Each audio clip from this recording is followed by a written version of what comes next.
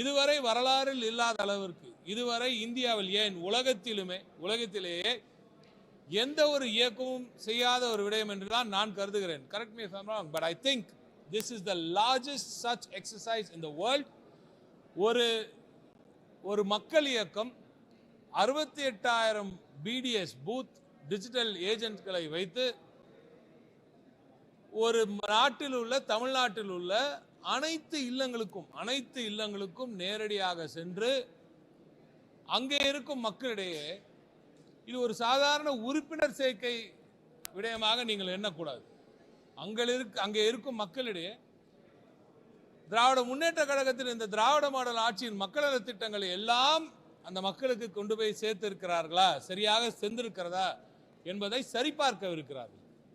அப்படி இல்லை என்றால் அதை கொண்டு போய் சேர்க்கும் அந்த வேலையை செய்யவிருக்கிறார்கள். இதுவரை சோசியல் வெல்ஃபேர் மெஷர்ஸ் எவ்வளவோ மக்கள் நல திட்டங்களை திராவிட முன்னேற்ற கழகம் உருவாக்கி இருக்கிறது. அதையெல்லாம் மக்களிடம் கொண்டு போய் சேர்த்திருக்கிறோம்.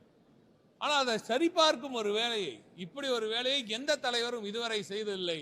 அப்படிப்பட்ட மகத்தான ஒரு தலைவராக திராவிட முன்னேற்ற கழகத்தின் தலைவர் இன்று தமிழ்நாட்டின் முதலமைச்சர் மு.க. ஸ்டாலின் அவர்கள் இன்று திகழ்கிறார்.